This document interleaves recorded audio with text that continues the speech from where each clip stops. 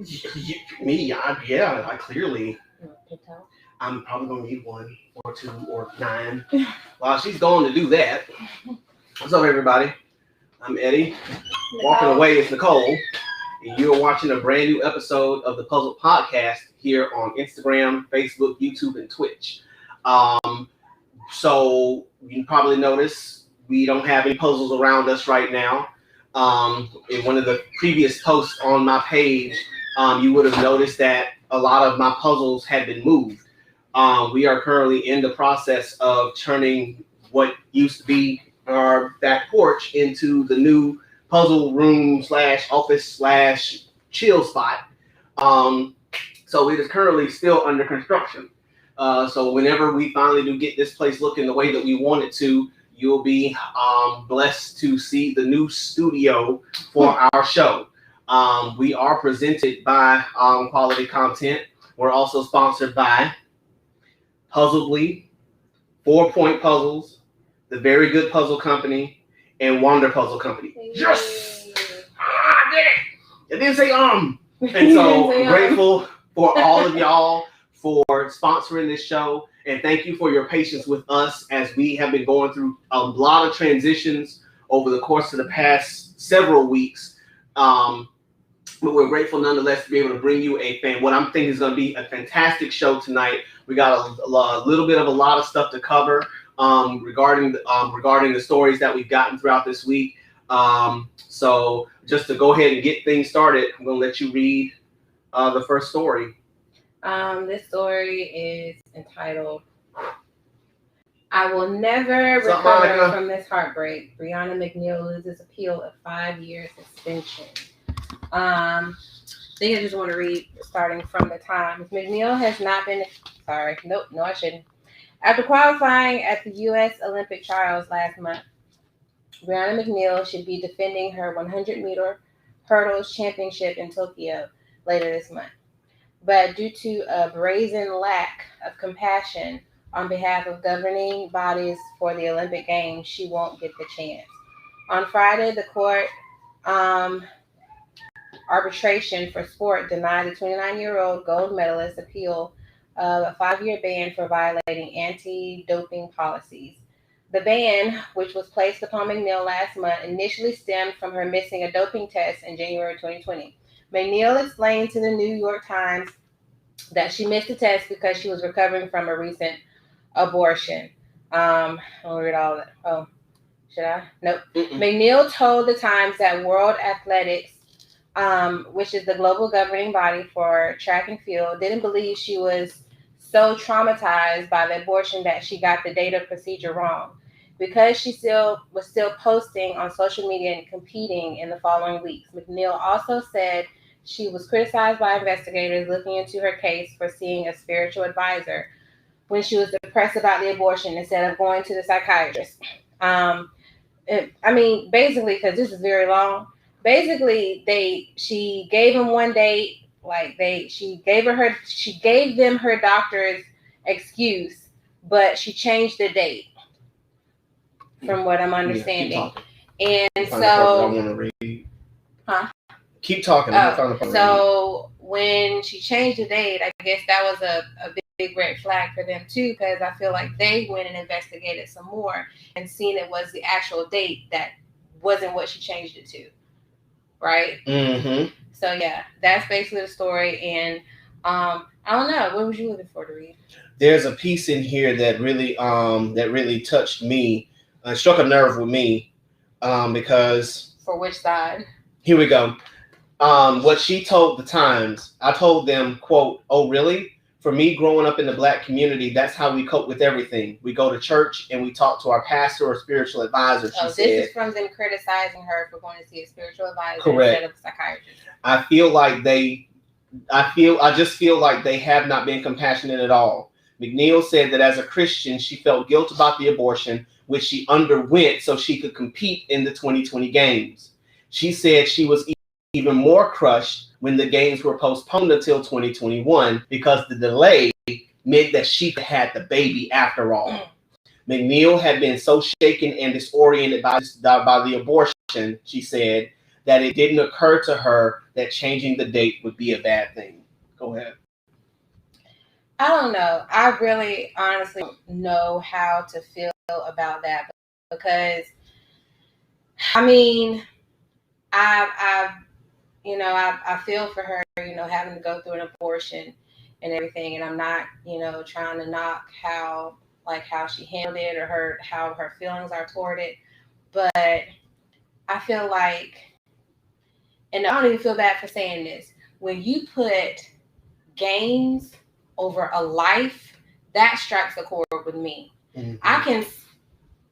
I can almost see if it was something that was bad, like it happened, because she was forced to or whatever, or something like that.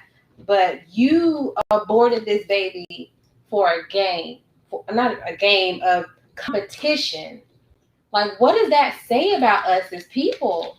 And so I don't know whether to believe her or not. Because if you get excused and then you change the dates, why are you changing the dates?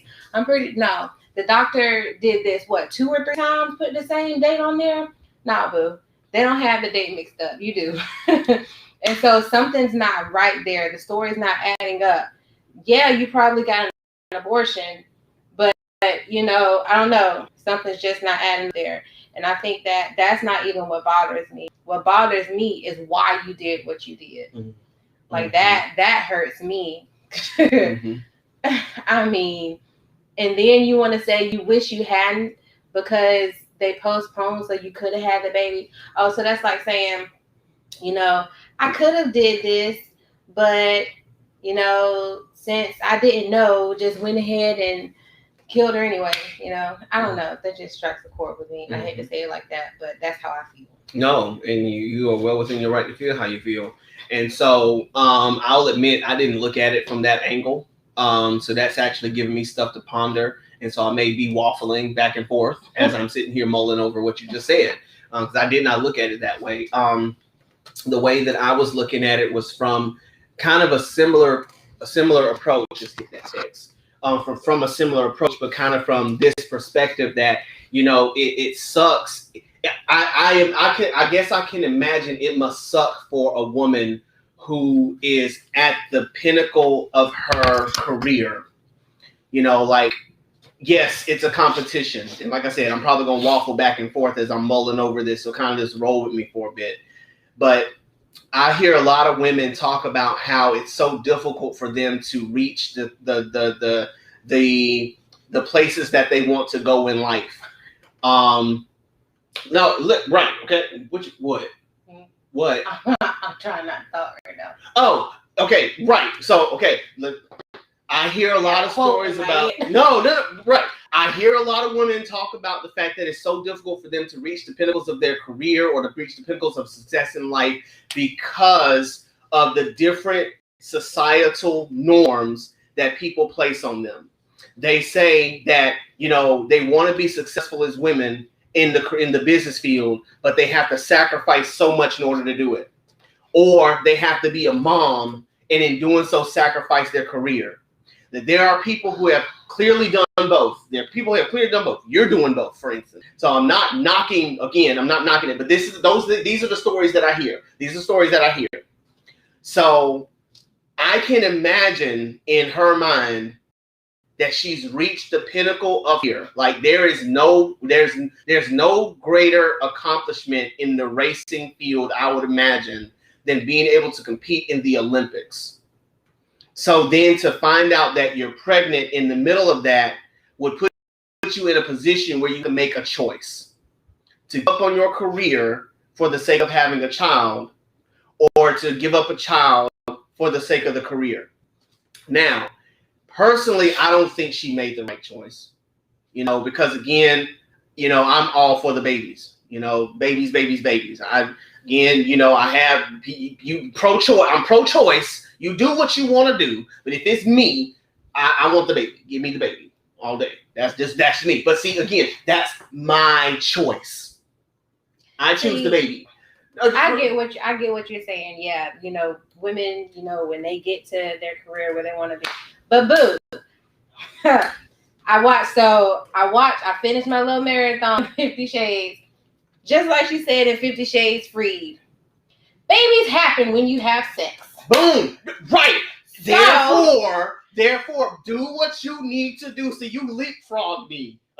You leapfrog me, but go ahead. That's what I was thinking about. Like if you know, they're at the pinnacle of their career. I'm with you. You do so what you you do what you need to do in order you, to make sure you stay in your career and do what you got and get to the pinnacle of your career.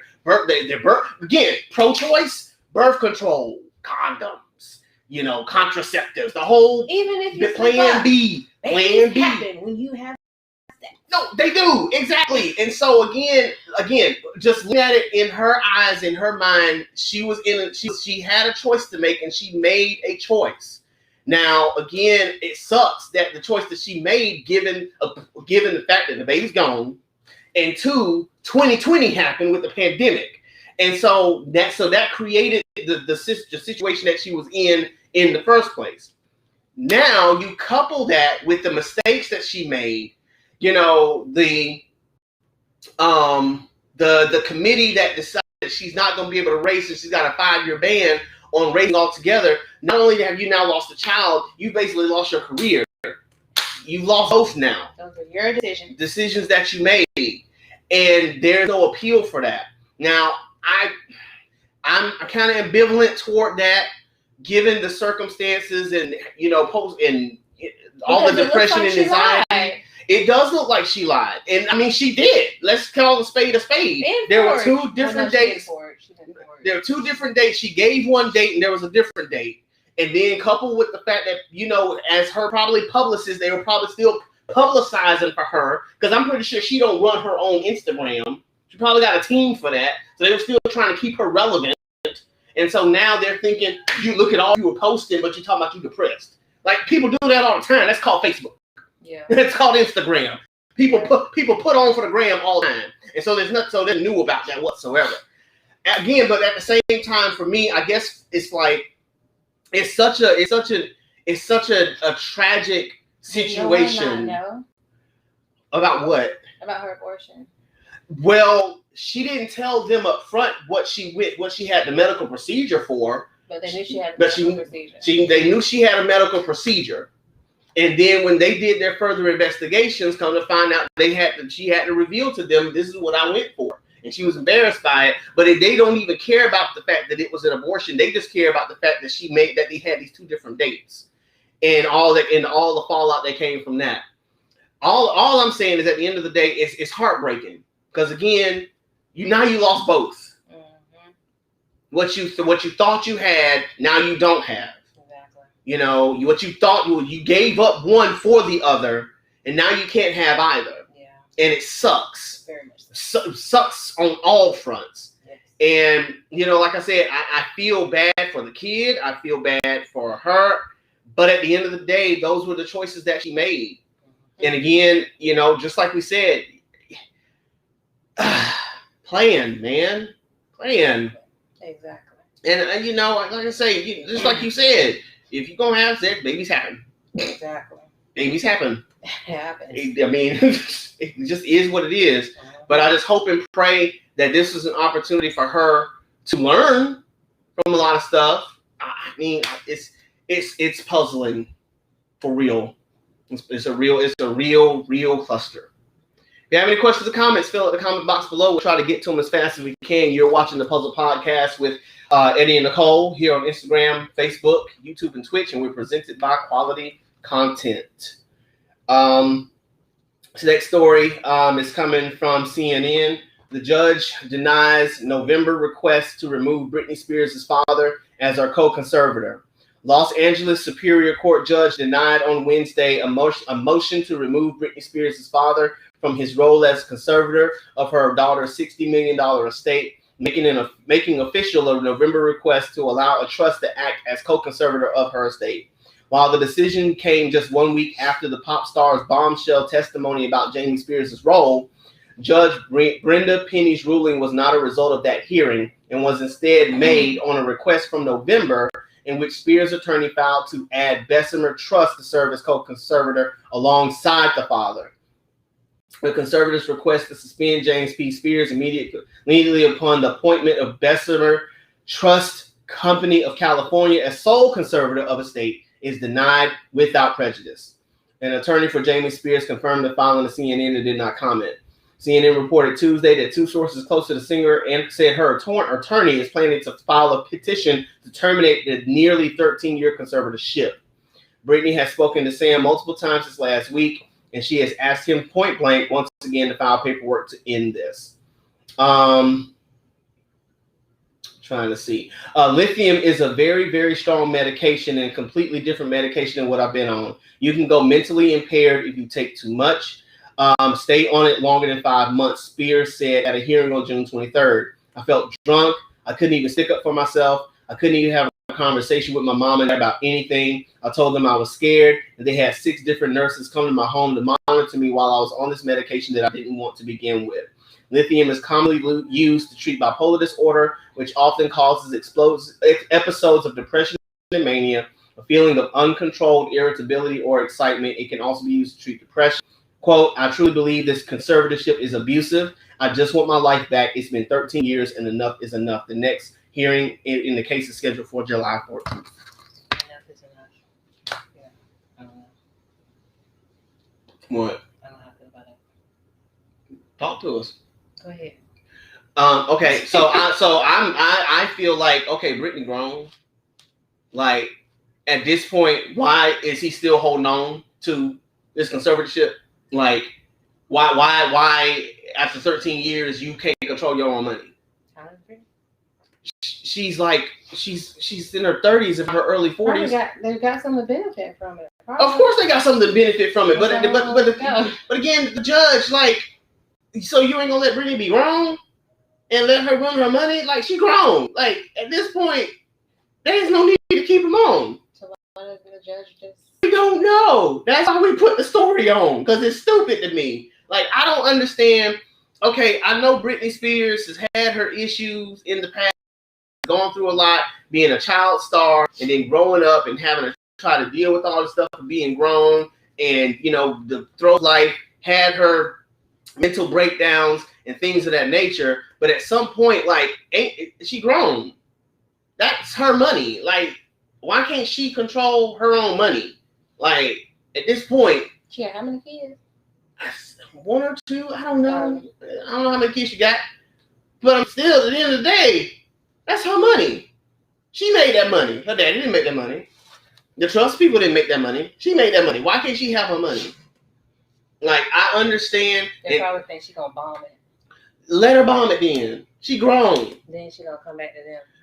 Don't care. She grown. Let her do what she want to do with her money. The way that she had when she did her testimony late last month, she made this thing sound like she was in prison. But she can't do nothing. She even said at one point in one of the previous things I read that she couldn't even have a baby without their permission. She didn't even have a child without their permission. The boyfriend that she's currently with right now can't even come over the house and stay over. She stays in her house. I don't know if I don't think they're with her. But they got such a control over her that he can't even stay over. Like, she's a grown woman. Like, that's like us telling our grown children when they turn 35, you can't have nobody over us. That doesn't make sense. She's grown. Like, I wonder if she stay with them though. That's what I'm wondering. So what? Or do they stay with her? Let's call a spade, because I don't think she's living with them. That's not her. That's not their house. That's her house that she bought with her money, or that they bought with her money, which makes that her house. Like, that's not their. They didn't make that money. It's not like Jamie Spears and the mom or whoever were multi-billionaires before Britney Spears came on the scene. Britney Spears made them who they are. So that's clearly her house that they might be living in. That ain't their house. So I'm confused all over again. Like Britney, let her free. Let Britney free.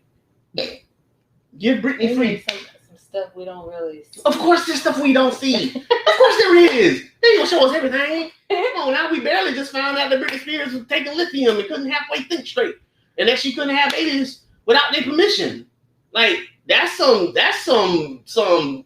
what's that thing that happened with Prince Harry Yeah, all that stuff, Megan, Princess Megan, and all that. That's what that felt like to me. It's a whole nother episode of that. Let that girl go. Give her money. Let her be free. Shoot, I watch her on Instagrams all the time. Be like, oh baby, she ain't got nothing else to do. What she do? All she do was dance on it every day. Do the same dances every day. Just dances. That's all she can do. That's all she do in the house apparently. Let her go. I want to see that. I got it. I'll let you see him. Like that's all. I guess I just don't really have anything to say about that because I don't really know. I don't know. I mean, I agree with you. She grown, you know. I guess if I was taking the parent side, I'd be like, you know, I don't want her to bomb this money because if she bombs it, then she gonna have to come and stay with us. Or if they stay with her, if she bombs it, ain't nobody gonna have a place to stay. That's the only way I can see it. But I don't know. Where is her child? Because I know she got a kid at least. Probably in the house with him. Probably in the house with him. Let Brittany free, man. Just give her money and let her be free. All right? If you have any questions or comments, fill out that comment box below. We'll get to them as fast as we can. You're watching the Puzzle Podcast with Eddie and Nicole. Here on Instagram, Facebook, YouTube, and Twitch. We are presented by Quality Content. And we are sponsored by 4 Point Puzzles, Puzzledly, the Very Good Puzzle Company, and Wonder Puzzle Company. Hey. You got a disparaging video prompts explosive fallout within ESPN. What you do? Keep going. I can't. Oh, give it here. No. You can read it. Oh, I can't read it. Well, go to the next story. I'll find it somewhere else. Okay. I'll get it. Hold on. No. Hey, come here. I think I got it. I think I got a different one.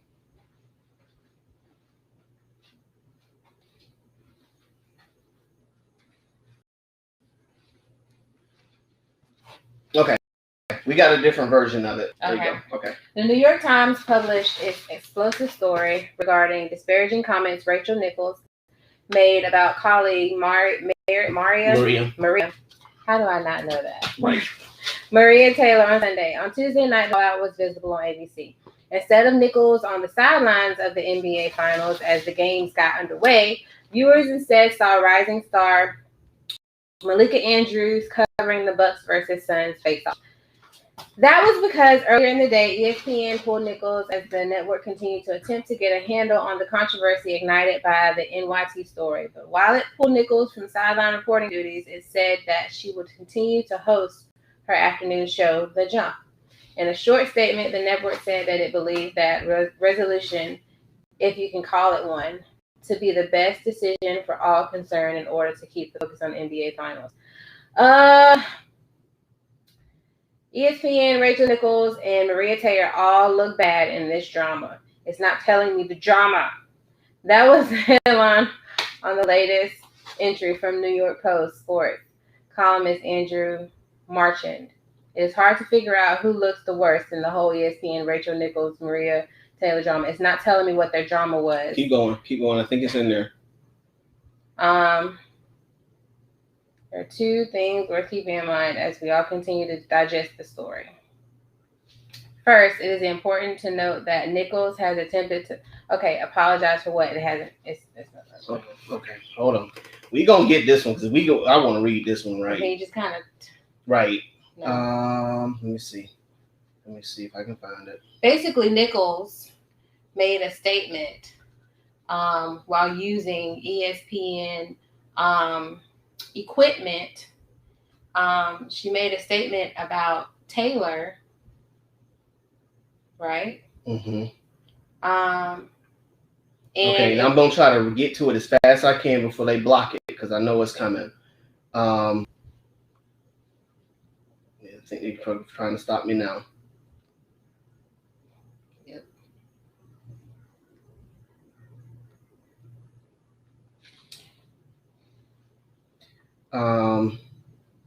Okay, so I'm just gonna have to tell y'all the story basically. All right, so one day last year during the NBA playoffs in 2020. Rachel Nichols was on a private phone call with a manager who manages well, there you go. Leave it alone. It blocked it. With one of the managers of the Los Angeles Lakers, and she said that she was recognizing that that she was getting pulled from duties for the NBA Finals in favor of Maria Taylor, who was black. Rachel Nichols basically said something to the effect of, if you want to give her other things to do, that's fine. More power to her, but don't give her my job so that you can fulfill your diversity quota. Which, as a woman, I recognize how that game works with diversity in gender for me. The guy then said, in response to that he's getting exhausted from Black Lives Matter movements and the Me Too movements that are pushing to have more diversity at the hands of people who are in her same position. That instead of trying to push her out as a white woman in favor of a black woman, they should be trying to make favor for a black woman in the face of other white men. That instead of trying to take Rachel Nichols' job, they should be putting Maria Taylor and people like Maria Taylor, diverse peoples like Maria Taylor, in positions that white men have. Because that's the diversity that we're trying to push out of the way in favor of the more diverse group. That's how that conversation went. And that conversation was recorded on a device that ESPN servers picked up. Someone from the studio picked up that conversation and spread it to everybody at ESPN. And it turned into this whole firestorm to where now Maria Taylor wants nothing to do with Rachel Nichols. Rachel Nichols tried to apologize to Maria Taylor. Maria Taylor wasn't trying to have none of that. But Rachel Nichols understood. It was like, I respect her decision to not want to apologize to me. That's all well and good. And then ESPN worked to where Maria Taylor and Rachel Nichols never had any contact with each other, even while they're doing shows at the same time. And in doing so, it made it more difficult for the other voices on the NBA circuit to have a ability to be able to talk to the players, to talk to the coaches and things like that live and in color, because Rachel Nichols wasn't able to do it. And so they're trying to make it fair for everyone. And that was at the request of Maria Taylor, who was like, I don't want to have to talk to Rachel Nichols at this point. And so to appease her, they made it more difficult for Rachel Nichols and everybody else to do their job. So fast forward to now, where this story comes out last week, and now, or this week rather, and now Rachel Nichols is nowhere to be found. They literally pushed her out of the door and said she can no longer be on the sidelines reporting for the NBA Finals. Mind you, going back, the NBA Finals job for last year was in Rachel Nichols' contract. So they breached their own contract, ESPN, to give Maria Taylor Rachel Nichols' job. That was in her contract. And so, again, fast forward, this story breaks out. To try to save face, they push Rachel Nichols out and replace her with Malika Andrews, who is a black woman. So that's where we're at. I feel like it's all just a big, y'all all idiots. Give me some. Yes. But I feel like the biggest idiot is ESPN. That's the biggest idiot. I feel like everybody's an idiot.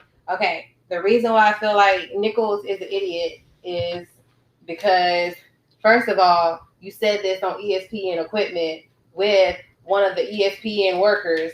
Like, how dumb can you be to say it like that, knowing everything that's going on? Come on now. And you are a reporter. You know how words get taken out of context. So enough out of context. You better say that. You should have just went to ESPN themselves instead of talking to somebody third person. Mm-hmm. So that's the idiot number one. Idiot number two, I'm sorry, is Taylor. Come on now. Because you acting all hurt and bothered because she said this and now you don't want to talk to her. Maybe you feel like you just can't because you don't like what she said. Boo, get over it. How grown are you? Mm-hmm. Like, I know words hurt, but this is my career. I'm not going to let what you say and she didn't mean that, what y'all think. That's if you would get off your own high horse ASS and talk to the chick like a goddamn woman, y'all could have hashed this thing out. 30 minutes at Hooters. Come on Idiot now. number 2. Idiot number 3, the biggest one of all, is ESPN to me, because y'all are just dumb for trying. I mean, I get everything that's going on, you know, as far as Black Lives Matter and trying to make it, but come on, man. You can't play with people's careers like that. Black, white, man, woman, I don't care. It doesn't matter. You can't do that. You say something, you need to stick with it. No matter what somebody says, no matter how or where they're trying to come up, you know, up in their career. Even if they use the race card, like it should not be about that. Like, if this is in her contract, if this is what she's supposed to do, darn it, she's supposed to do it no matter what. That's all I'm saying. And the fact that I hope she sues. Oh, listen, all right. So, are you done? Yeah, I'm good. Okay, let me go in. Cause you named all 3 of them. Y'all all idiots, just like you said. Here's the thing, and I know it's gonna sound kind of controversial or whatever, me being black, but I don't care. You know, this is one of those moments where I wish that people would stop taking words out of context and stop twisting them to mean things that they don't. Rachel Nichols was not attacking Maria Taylor. Exactly. Rachel Nichols was not coming for Maria Taylor. Rachel Nichols was coming for ESPN. There you go. Her comments were not directed toward Maria Taylor. It's us, the idiots, who keep looking at things through the prism of race and thinking, oh, Rachel Nichols is a racist. Oh, Rachel Nichols don't like black people. Oh, Rachel Nichols is a Karen. No, I'm sorry. Rachel Nichols, as you know, as white as she is, was looking at herself and her job.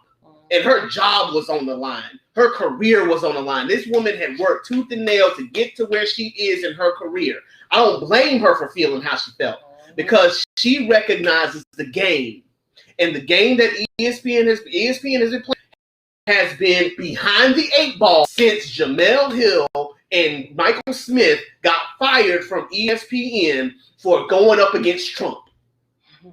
Ever since they were honest and they were genuine about how they felt about Donald Trump and what he was doing, talking about, you know, that people who kneel, you know, on the sidelines during the American flag being raised in the Star Spangled Banner, they need to be off the football field and fired. If Mel Hill and Michael Smith went after him, it's like everyone and their grandma got all scared at ESPN and said, "Oh no, we can't let that happen. That's too controversial." And so they silenced them. And ever since then, ESPN has been behind the 8 ball when it comes to race relations. Period. Point blank. And there was another story that I read earlier today talking about this one dude named Mike Hill, who they said that he was too ghetto to be on ESPN or to go further in ESPN because the way he sounded was too ghetto. So ESPN, for all the good that they do, they're really bad when it comes to diversity. And Rachel Nichols knows that. So when Rachel Nichols is having this private conversation that should have never been recorded by the ESPN service to begin with, but again, that's her dumb tail fault for using the equipment. Should have used her own little personal cell phone. That's neither here nor there. But when she had that conversation with him, she was not going after Maria Taylor. As a matter of fact, she was saying, Maria Taylor, go get yours. I want her to go get hers because that's how I had to go get mine. Hustle, grind, get it. But don't do it at my expense. Yeah. ESPN, don't give her my job. I worked for that. Nothing to lose it. Right. I had messed up. I ain't made no mistakes. I ain't did nothing to where it's like, okay, we need to bring you in and we need to have a conversation about your job. Like, no, she did everything she was supposed to do to get to where she got it. And it was in her motherfucking contract. I'm doing the 2020 NBA Finals. That's in the contract. So you renege on the contract in favor of diversity. And again, Rachel knows the game. So she had a private conversation saying, nah, this ain't right. And her friend was in agreement. I don't care if he was white, black, purple, pink. They were 100% right. And so for us trying to spin this thing as a race thing, that Rachel don't like blacks, or Rachel is down, or this is why white people don't can, they always get so, I would be defensive too. Listen, I've been in those positions before, where the job was supposed to be mine, but it was given to somebody else who was less than qualified. Been in that space where it hurts like a mug, and you're wondering what did you do wrong or what did you do right or whatever to try to not get the job that you wanted. So for me, I understand where they're coming from. My whole thing is I wish that ESPN would have done a better job after everything was said and done, because again, this story came out last week, but this junk has been going on for months. And so for me, I wish that ESPN put Maria Taylor and Rachel Nichols in a room and told them, y'all need to hash this out. Y'all need to have a conversation. Y'all need to figure this stuff out, because if y'all gonna sit here and act like children, none of y'all gonna have the job. And they should have came together and told ESPN. Exactly. Like, let's tell you about yourself. Let's tell you what the real is. Like, you so mad at us for acting the way we're acting. Why'd you put us in this position in the first place? Which is what the guy's position was. He was telling them, they shouldn't even put y'all in this position. Y'all shouldn't be fighting for a job.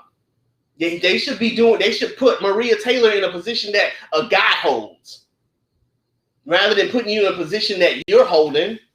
That the ESPN was wrong for that. But again, ESPN is trying to come off scot-free like they always do, and by getting rid of Rachel Nichols. Now Rachel Nichols ain't got no job except for her show The Jump.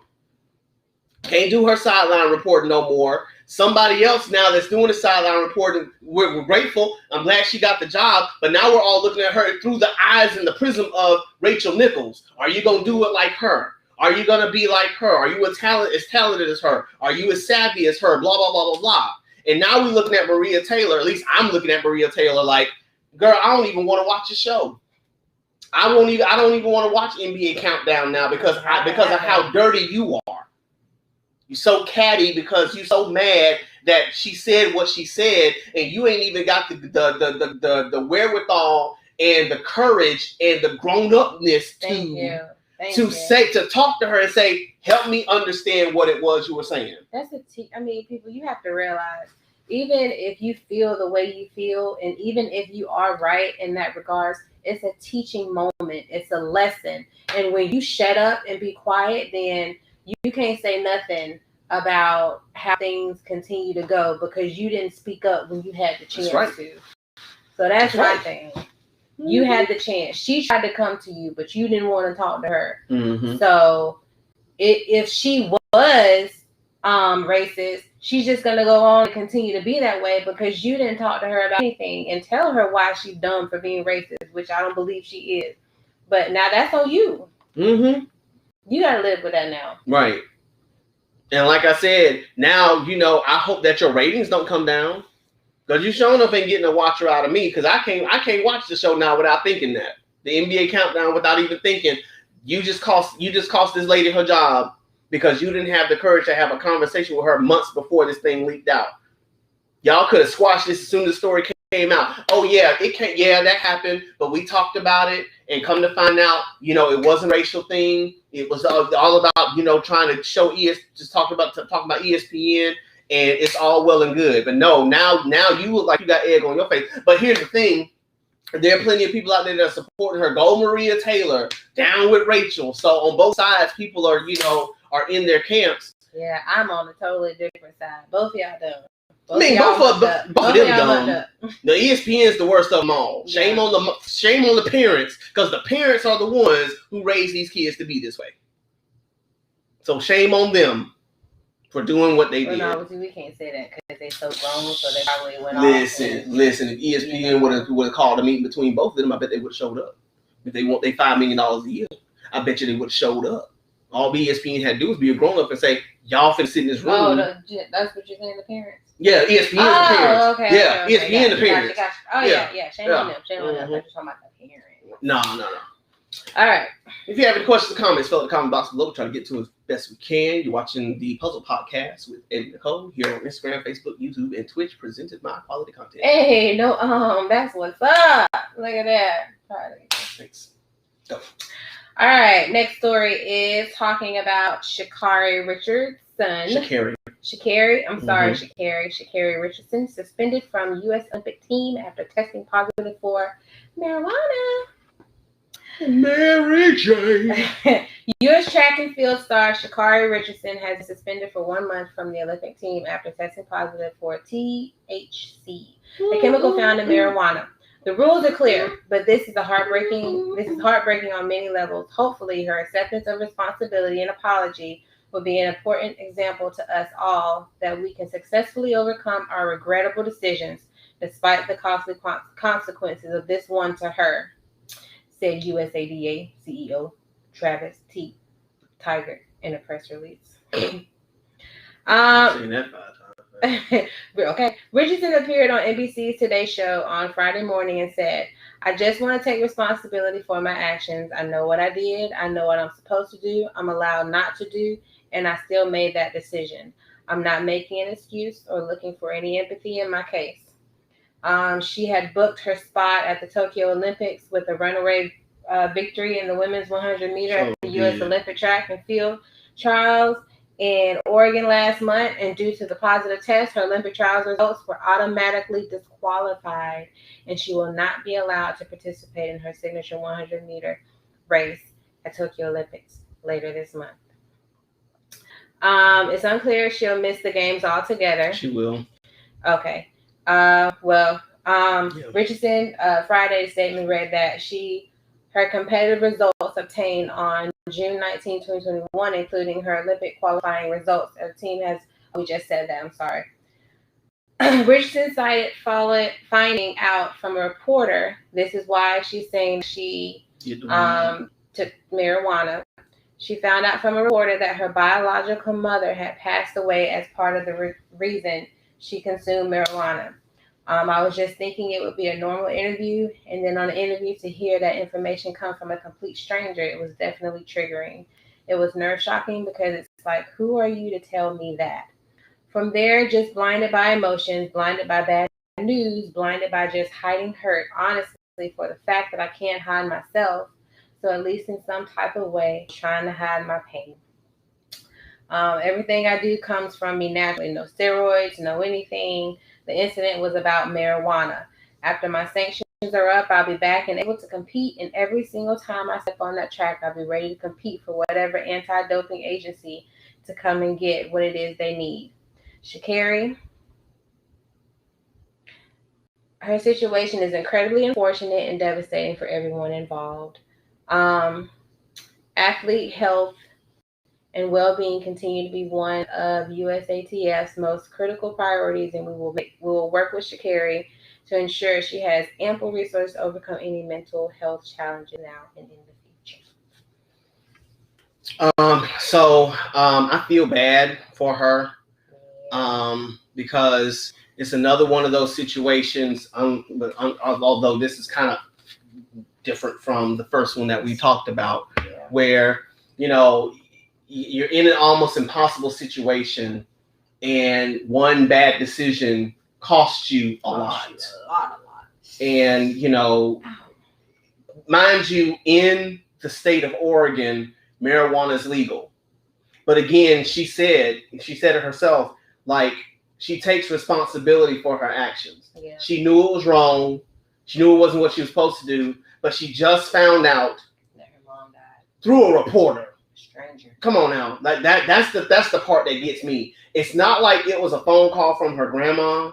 It's not like it was a call from, somebody who, she was close to. No, she found out this news from a complete stranger who knew nothing about her situation. I just wonder, though, if they had tried calling her, but, she couldn't get to her phone because of how busy she was at the moment that day. Because we don't know what time the interview was either. Mm-hmm. And what time her mom passed. Like, we don't know none of that. Right. No, I agree. Go ahead. But how do you hear it from, how did the reporter know, though? all the more reason why the story hurts, because it's like, bruh, how did you find out? And see, and I wish I could have heard the interview. Now I'm wondering, like, how did, because you now know that this happened, right? Mm-hmm. Like, who told you? Yeah, that's what I would have asked. I wonder.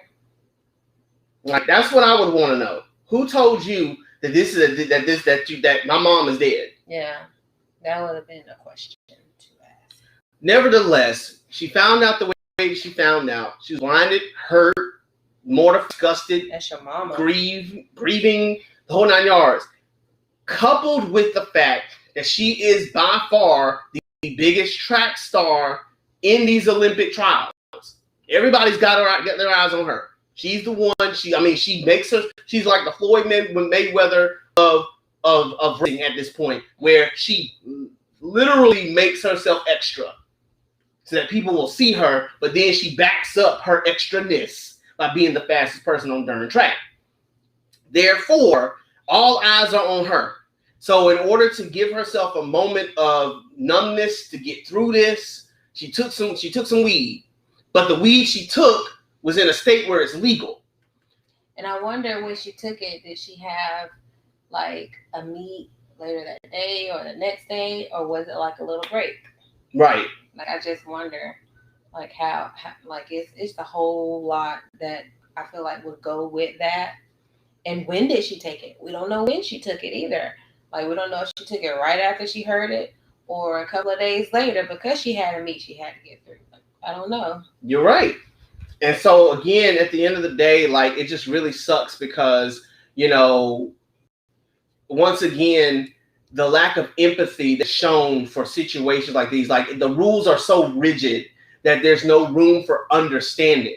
It's just black and white. Now, mind you, we can't get mad about that.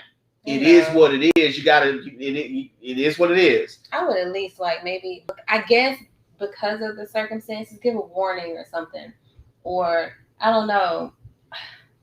I don't want to say what they should have done, but I guess I just feel bad because you just lost two huge things, competing and your mama. Like, yeah. And so, again, it's just one of those situations where I wish that, there could be more empathy, more understanding, so that.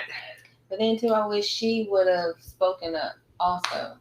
Like, I wish she would have said something before doing that. Like, instead of going to that first, go talk to somebody, and let them know, hey, I feel like I just need to, like, just feel numb right now.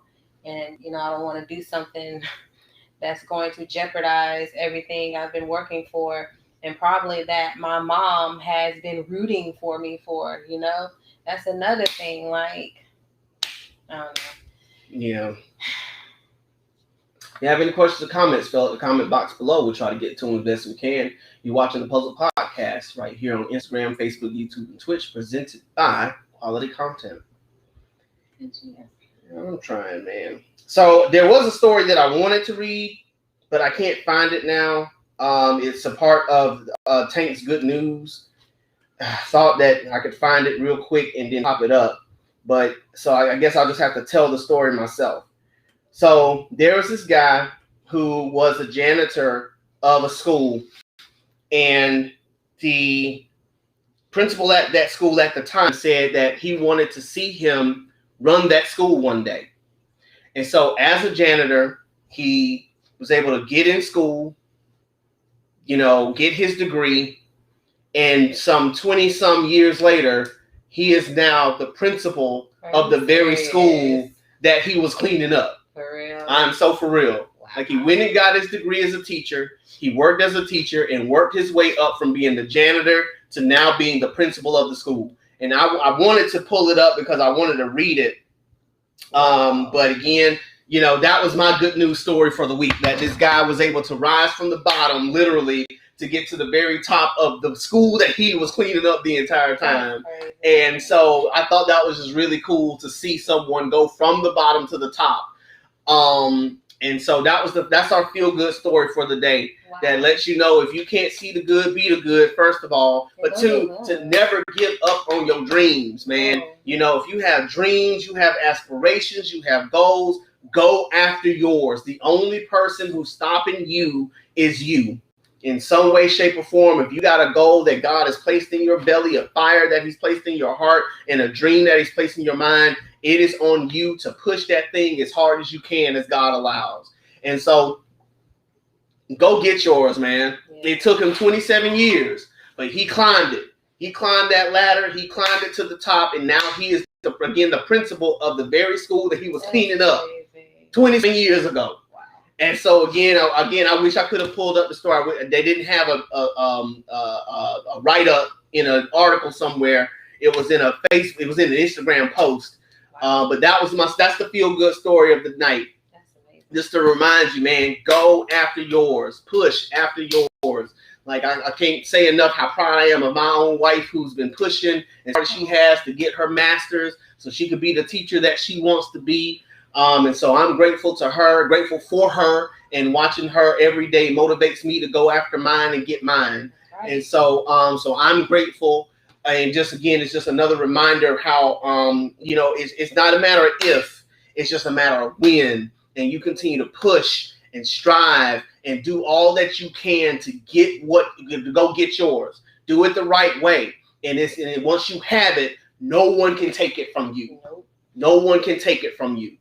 So again, that's our feel good story for the day. Congratulations to that guy. I'm trying to figure out who he is. I might make a mention of him next week because I want to make sure I give him his flowers while he's living. But congratulations to that guy who, again, after 27 years of working in that school, he bust his behind to become the principal of the very school that he was a janitor of all those years ago. So congratulations to him, and I hope that he does well in his endeavors at that school and beyond.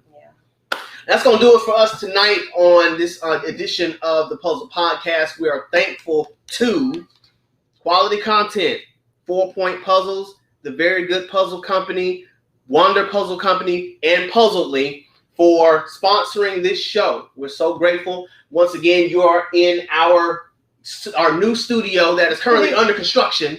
So hopefully in the next couple of weeks, we'll get this thing looking really good and really nice and have the puzzles back up in the backdrop again and be able to present this show a whole lot even better than we have before. But again, we're so thankful to every one of you who watched tonight, for those of you who commented, for those of you who continue to watch the follow-ups after the fact.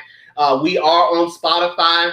We are on iTunes. We are on YouTube as well, and anywhere you get your podcast. And so again, we're just thankful to you guys, and the stories roll through our feeds. The next time we got something to talk about, y'all will see us on the next episode of the Puzzle Podcast with Eddie and Nicole on Instagram, Facebook, YouTube, and Twitch, presented by Quality Content. Y'all have a great rest of y'all's week. We'll see y'all next time.